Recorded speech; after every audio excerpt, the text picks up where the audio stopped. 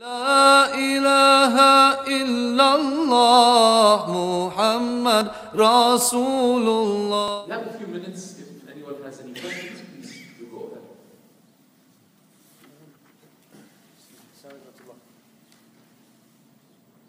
I think his question is more towards what you were talking about in the beginning, Sheikh Yahya.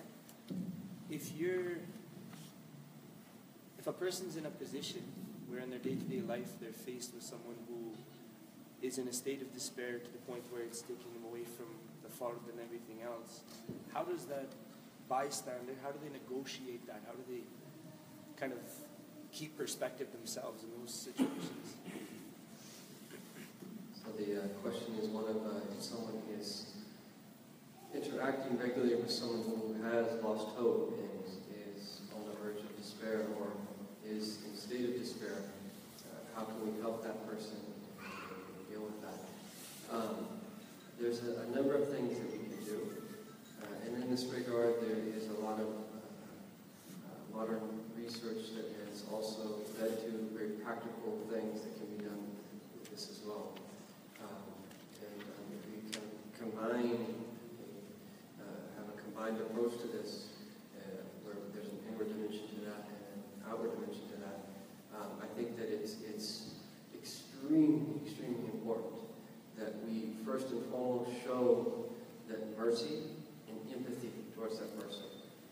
Empathy is a type of mercy, but it's a specific type of mercy. There are many different manifestations of mercy. Empathy is one of them. And it is basically putting yourself in their shoes. And the vast majority of people know what they need to do. It's just about actually doing it. Most people know what they need to do. Most people know the way to forward, but they might not just have the aspiration to do so or the willpower to do so. And so there's something about just being there with people and showing empathy, and sometimes not even saying anything. Just being there with them and listening to them. Oftentimes it's just listening. I was in a session last year when we had a visiting Hakim, and it was a 2-day session. And there were a lot of people that were antsy to get the theory of living and to learn about the historical dimension of it. And so I think he sensed that because he's a master at picking up on people's temperaments and their personality traits. And the first session went on for about 2.5 hours. And we went person by person, it was like 60 people in the session. And each person mentioned why they took the class. And after the first 4 or 5 or 6 people, the vast majority of people commented later, I was so upset. It was so hard for me to listen to anyone else. And I'm wondering, why am I taking this class? This is a waste of money. This is what I came for. And it turns out in the next session that he revealed to us, that was a bit difficult for you, wasn't it? And his whole point was to make a point on how hard it is to listen to people. We like to talk, but we don't like to listen. And sometimes you don't need to say anything. You just need to listen and validate that person's pain and the difficulties that they're going through. And maybe you save any type of practical solution for a later time. Or maybe you just ask them questions and just help them really vent into that, get out what it is that they're feeling. And they mentioned this as one of the first steps is that spending time with people. That is a big thing. But in terms of the way that we can help, that to me is where it all starts. And people know, and people intuit who is real and who's not real. They intuit the one who's looking at their watch and the one who's got to go, and the one who is really there for them. And that what we need to remember is that mercy is like rain in relation to your heart and the heart of others. When rain comes, all types of beautiful things grow. When mercy comes to your heart, all meanings of virtue and goodness grow in your heart. And then when you show mercy, that likewise it's a source for all good grow in the heart of that other person and outwardly. And so that's where it really starts, is that, and then that there's a number of things that we can, that move eventually to in relation to the practical side of things. One is to remind ourselves of the blessings that are upon us. So one of the great ways to prevent despair is to immerse yourself in gratitude. Because oftentimes that despair stems from that a feeling of loss, or a feeling of you didn't get what you wanted, or a feeling of that spite that rises from a lack of attaining something. Whereas that if you just shift that discussion to like, wait a second, the Prophet said, "Man asbaha minkum amin fi sabili, mu'afan fi jasadi, an quta yawmihi fakannama hizat lahu dunya." Whoever enters into the morning and has the blessing of security, the blessing of well-being, and enough food to get through the day, it is as if they've attained the entire world. It's as if they have all of the blessings in the world. And so just refocusing that what it is that we should be grateful for, and to show gratitude. And then to take small little steps to doing something that's going to bring about self-gratification. Because we're talking about now healing. And at first you have to do things to gratify the self, to bring it back. And that there are a number of things that could be that just tending to a garden. It could be developing some type of little hobby. It could be developing some type of halal habit, like drinking coffee or something like that. It could be exercise. That they've actually proven that people who exercise are less susceptible to being depressed. So exercise is an important activity. Doing small things like that. And then there's a long list of other things, but that's just kind of the starting point in the beginning answer. Otherwise, these types of questions, this is an epidemic in our world in which we live, but also within the Muslim community. And we need to take the prophetic wisdom and to turn it into workshops whereby which that people are being trained to help other people, and people are being walked through how that they can then themselves that navigate these issues and so forth. This is very, very important, and this is a classic example of something that we need people to specialize in and to teach regularly. Sheikh Yahya, I have another question for you as well. Just based off of your talk. So you talked about, not having hopelessness, not falling into despair. When a challenge comes before you, rising to the challenge and not cowering in the face of it. You talked about that sort of thing, and that being the state of a Muslim. Then you also for a time talked about seclusion and worship. Am I to understand that the solution to despair, hopelessness, part of that you've already addressed, but the solution to that and having the power to rise to challenges rather than cowering lies in seclusion and worship on one's own? So let me rephrase your question to make sure that I understand it correctly. We were talking about different things in this brief talk. We were talking about, on one hand, seclusion and the importance of seclusion, and on the other hand, we were talking about that facing challenges and finding opportunities in challenges, not cowering away from them. And it's understood from what was mentioned that one of the ways that we deal with our challenges is actually to seclude ourselves as opposed to hit them face on. Is that what you're asking? No, rather...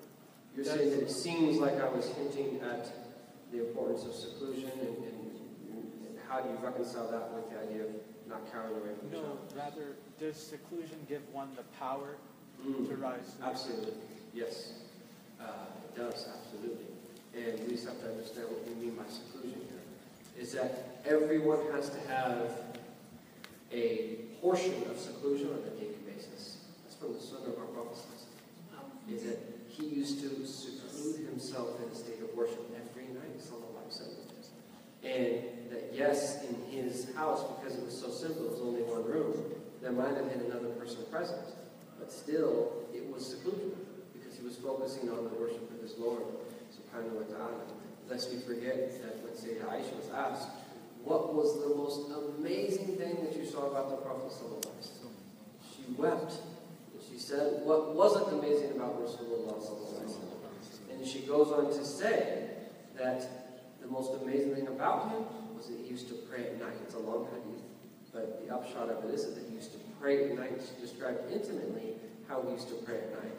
So that the point is that there is no way to have strength and that develop the courage that we need to deal with the challenges of our daily life and of our particular time that we live in without times of seclusion where we are focusing on the worship of our Lord, where we are supplicating our Lord, where we're in a state of munajah, of intimate conversation, where we are turning to Him, where we are feeling in absolute need of Him, completely broken before Him, and that repenting to Him, subhanahu wa ta'ala, relying upon Him slowly, and all of these other meanings that are supposed to be there, that when we're in a state of inqita, of being cut off from everything else and focused on our worship, we will only be successful in the daily grind to the extent that we develop that side within ourselves.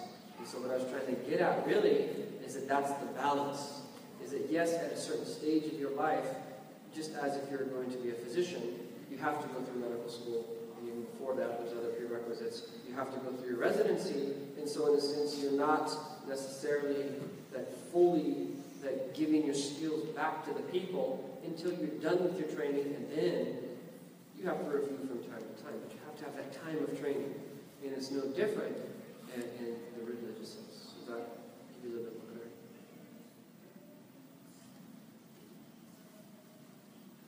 Agree fully with what Sheikh Yahya mentioned. This is one related aspect not to neglect. Sometimes people don't hear the full aspect of the seclusion, is that this time of seclusion, as critical as it is the nourishment of the faith of the believer. Right? With that, and this is the beautiful balance of our religion, with that, one of the great fitnas of our times is a wrong kind of seclusion that people are in, which is that people are socially isolated from one another. Right? For a lot of people, I was shocked, because, we feel bad, we visit my in-laws once or twice a week. My father-in-law was on the city, he was so happy. He said, my children all visit us at least once a week. Even though, by any traditional values, for us just to visit once, maybe twice a week, is considered embarrassing. Right? But so many people are so alone that when's the last time we spent meaningful time with our siblings? When's the last time we spent meaningful time with people? Even within family, very often, people aren't actually with other people. We just go through the motions of certain social things. You go to someone's house, food is served, you eat the food, you praise the food, you watch the hockey game or whatever, and you leave.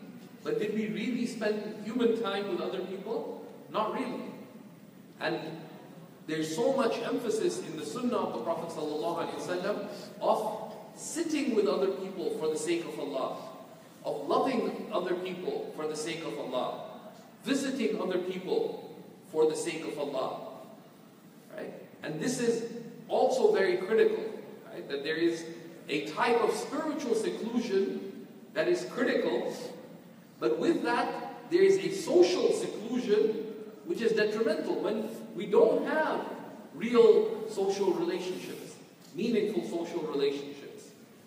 Social relationships that are done fillah, for the sake of Allah subhanahu wa ta'ala. One of my favorite hadiths, part of a much longer hadith, the Prophet ﷺ mentions that on the day of resurrection there will be people who will be on mimbars of light. Their faces are light.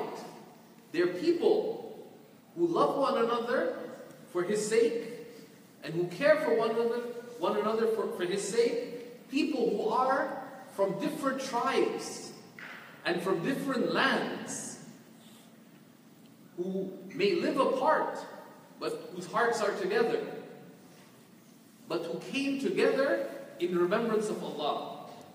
And it's part of a much longer hadith. And this is a type of isolation, being isolated, being secluded from social benefit, from religious benefit, that is very detrimental. And one of the reasons for this is that we spend so much time, to be honest, like, I'm in Toronto, I don't watch hockey anyway, so I find it very comfortable to criticize hockey, because if it's not for any spiritual reasons, it just never made much sense. And there's, of course, underlying principles to it. It makes no sense for a sane individual, unless they have to stand on something sharp on ice. You're going to fall. Right? And then you bump into other people, like, it makes no sense. Like all of it makes no sense. Right? Like the Maple Leafs, doesn't matter what happens, they're going to lose. Eventually.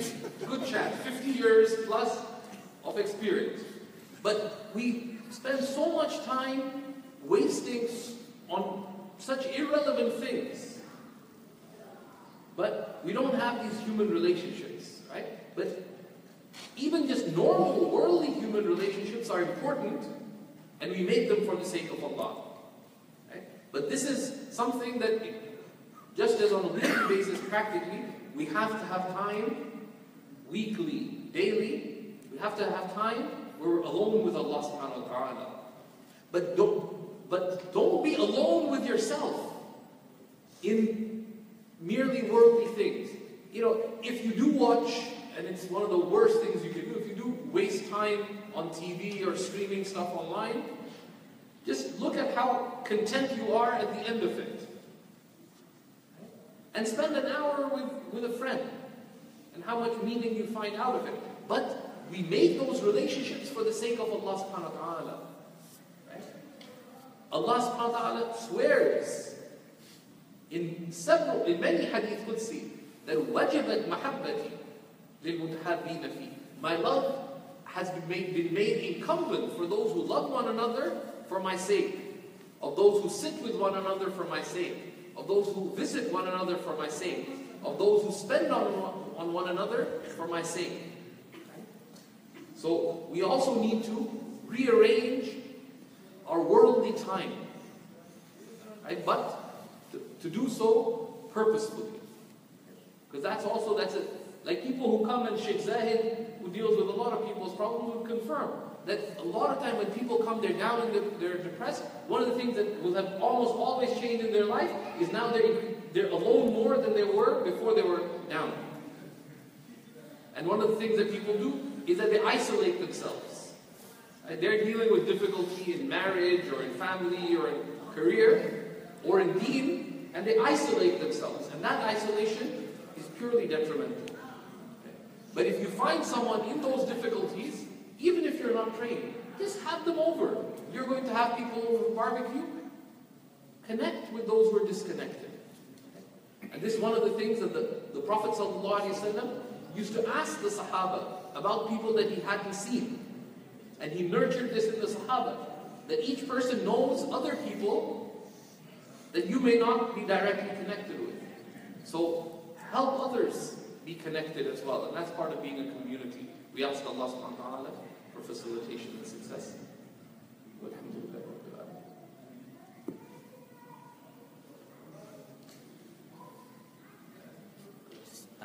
I understand that I think that seclusion and isolation is a higher synonym, but do they mean the exact same thing? So seclusion and isolation, no, but there's a praiseworthy seclusion is when you step away from just worldly concerns to deepen your relationship with Allah subhanahu wa ta'ala. That is praiseworthy seclusion. Right? Where, for example, instead of just doing something worldly on a Saturday night, like sometimes you'd think that worship has gone out of fashion in the Muslim community, right?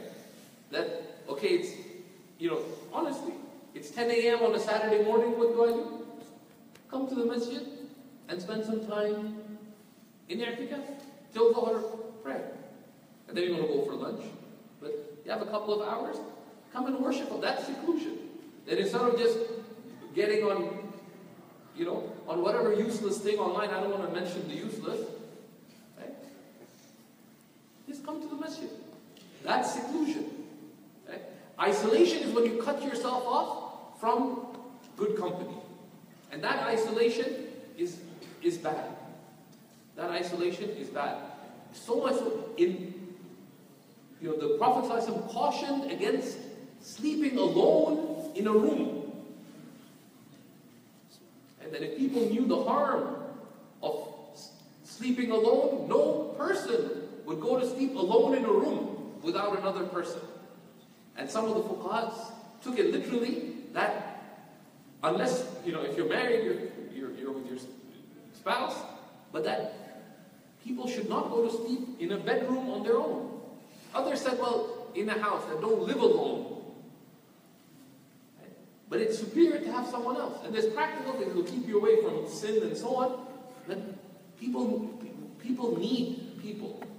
Right? And that is something that we should not neglect. And when you see people who disconnect, bring them out.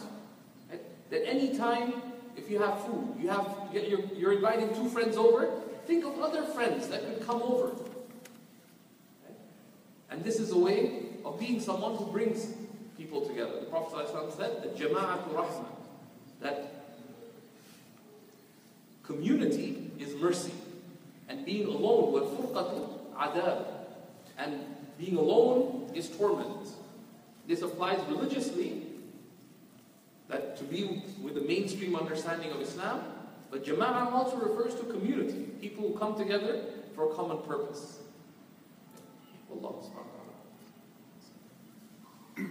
How to overcome that laziness, especially when it comes to waking up and having that qiyamul layl and creating relation with Allah, how to overcome that laziness? So how do we overcome laziness? So the question is, how do we overcome laziness in our worship, in getting up for Fajr, in reciting Quran and doing the good?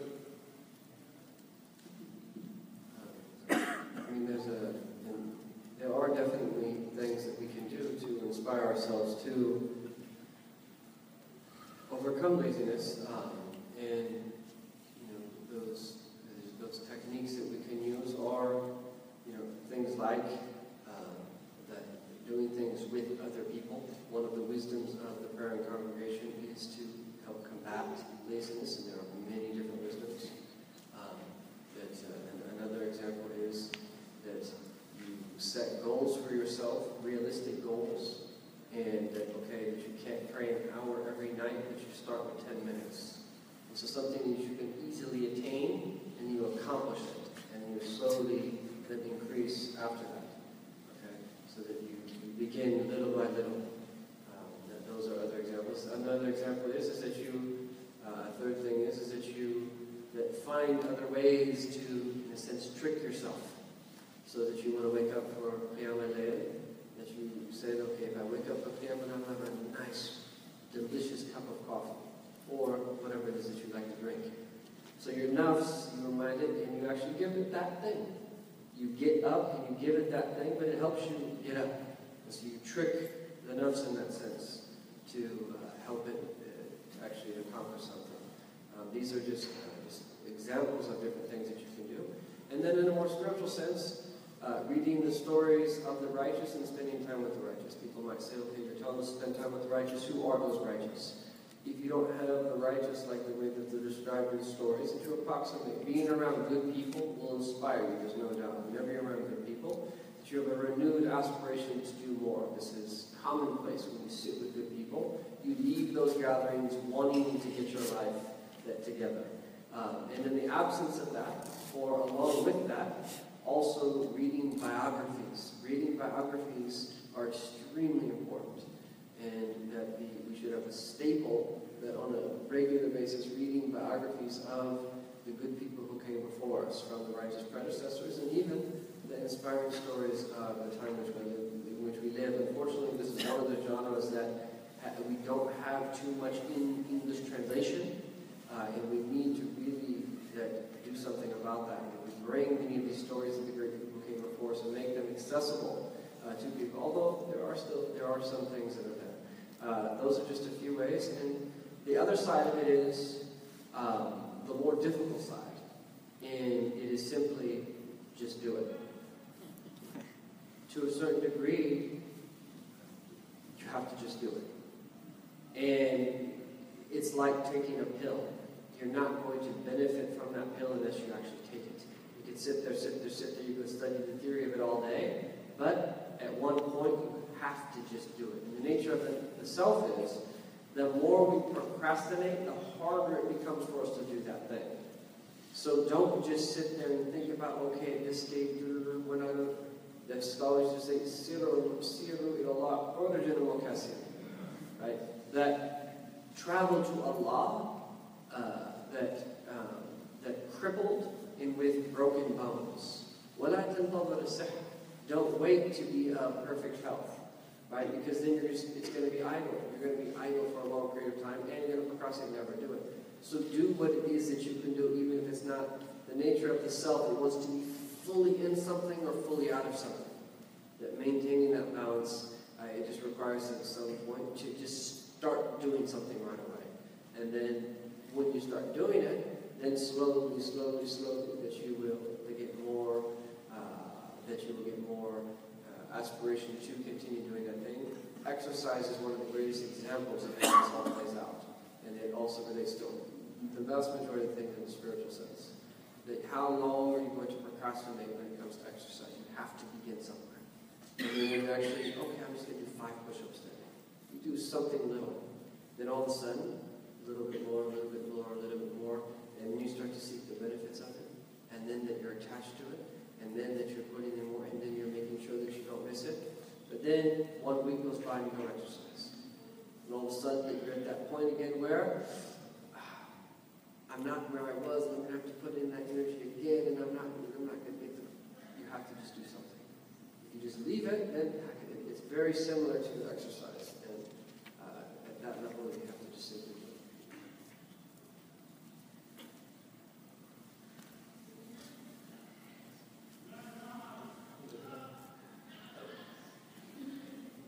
Imam Abu Hanifa was once approached by one of the famous corrupt people of his city. And the man told Abu Hanifa that, look, yeah, Abu Hanifa, I'll agree to pray as long as I don't have to make wudu. And everyone was really upset. So how can anyone pray without wudu? Imam Abu Hanifa told him, go ahead. And all his students were shocked. Said, this man said he'll pray as long as he doesn't have to make wudu. And you said, go ahead. Abu Hanifa said, just wait and you'll see. A few days later, this man came who was famous for being, a corrupt man, a drunkard, and did all the sins openly. He told Abu Hanifa, you tricked me. I didn't want to pray, so I told you, I'll pray as long as I do it without wudu. You said, go ahead. So when I started doing it, I thought, if I'm going to do it, might as well make it count. So he started making wudu. Right?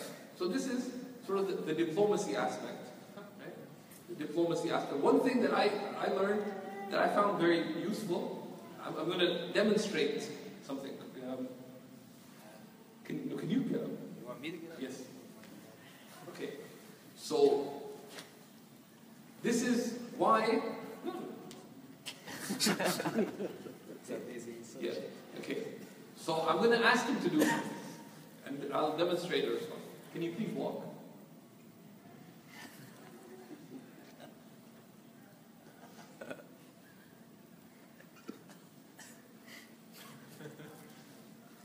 It's usually working different. Okay.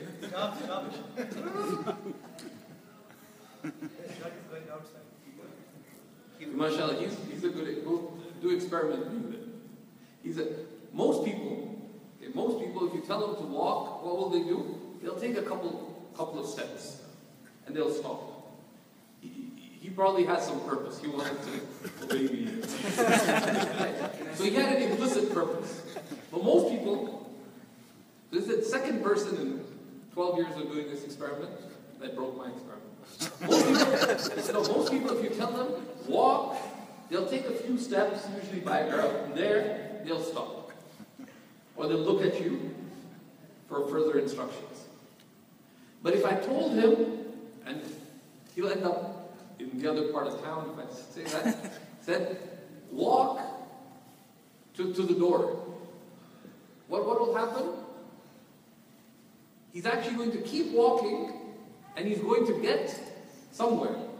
So similarly, when we say, I have to get up for Fajr, I have to read Quran, these are all verbs. Like to walk, it's the same thing. To recite Quran, to pray, to do good. All of these are verbs. Actions don't make sense unless you have a clear purpose behind them. Right? Which is why Allah subhanahu wa ta'ala tells us in the Quran, لَقَدْ كَانَ لَكُمْ فِي رَسُولِ اللَّهِ أُسْوَةٌ حَسَنَةٌ لِمَنْ كَانَ يَرْجُو اللَّهَ وَالْيَوْمَ الْآخِرِ. Truly having the Messenger of Allah, the most beautiful of examples, for whoever hopes for Allah and the last day. وَذَكَرَ اللَّهَ كَثِيرًا. It makes much remembrance of Allah.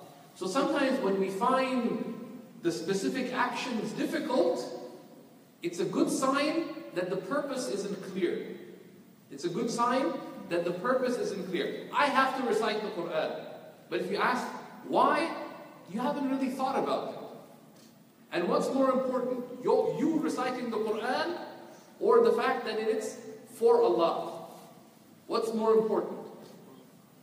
No, clearly, Allah is more important than your recitation. Right? So we always have to remind ourselves of the purpose. Right? I have to walk to the door, I have to pray for the sake of Allah. Why you struggle? If you're struggling to get up for Fajr, you have to remind yourself of the purpose. As one of the poets said, وَلَوْلَا هَوَاكُمْ فِي الْحَشَى مَا تَحَرَّكْنَا. Were it not for your love, O Allah, in our hearts, we would not have moved a limb. Right? So that's one of the things that we need to stir. If you find weakness of resolve in doing the good, in prayer, in fasting, in Quran, we have to renew our sense of doing it for Allah. How? Spend time renewing your intention. Right? Make dua. Oh Allah, I ask you that you grant me sincerity. I ask you that you grant me deep love for you. Make a lot of dua for Allah to grant you that purpose. And as the verse in the Quran tells us, keep your tongue. Make much remembrance of Allah. Truly you have in the Messenger of Allah the most beautiful of examples. For whoever seeks Allah and the last day, this is the purpose. And what's the key to making the purpose clear in our lives? وَذَكَرَ اللَّهَ كَثِيرًا. And makes much remembrance of Allah. And we'll close with this. This is why the Prophet ﷺ advised the man who came and said, O Messenger of Allah, the teachings of Islam are so vast, so tell us something we can hold on to. The Prophet ﷺ said, لا يزال لسانك رطبا من ذكر الله. Let your tongue remain moist with the remembrance of Allah. And of the many merits of remembrance of Allah is that you are remembering Allah. He is the purpose. Right? And it'll make the point of the prayer and the Quran and the act of good much more clear. Wallahu subhanahu wa ta'ala.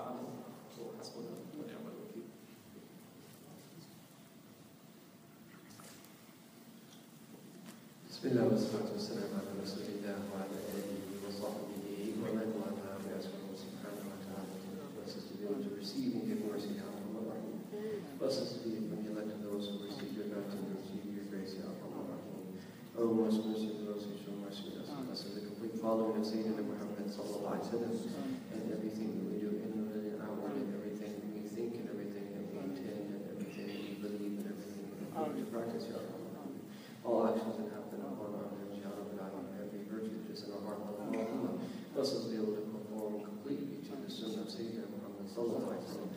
Oh Allah, we ask you, Ya Rabbil Alamin, to bless us in the community of Muslims, wherever they might be on the face of earth, the beacons of light, the people who don't believe in that, Allah will give victory to the means of that. Allah give victory to us and give victory to all of the enemies of the May Allah subhanahu wa ta'ala expand our hearts with knowledge of Him, knowledge of the Sunnah of Sayyidina Muhammad sallallahu alaihi wasallam. We have long productive lives whereby we should give back from the goodness of that which we've been giving out. May the very last thing that we say when we exit this dunya, La ilaha illallah Muhammadur Rasulullah, completely actualizing its meanings inwardly and outwardly. Sallallahu ala sayyidina Muhammadin wa ala alihi wa sahbihi wa sallam. Alhamdulillahi rabbil alamin.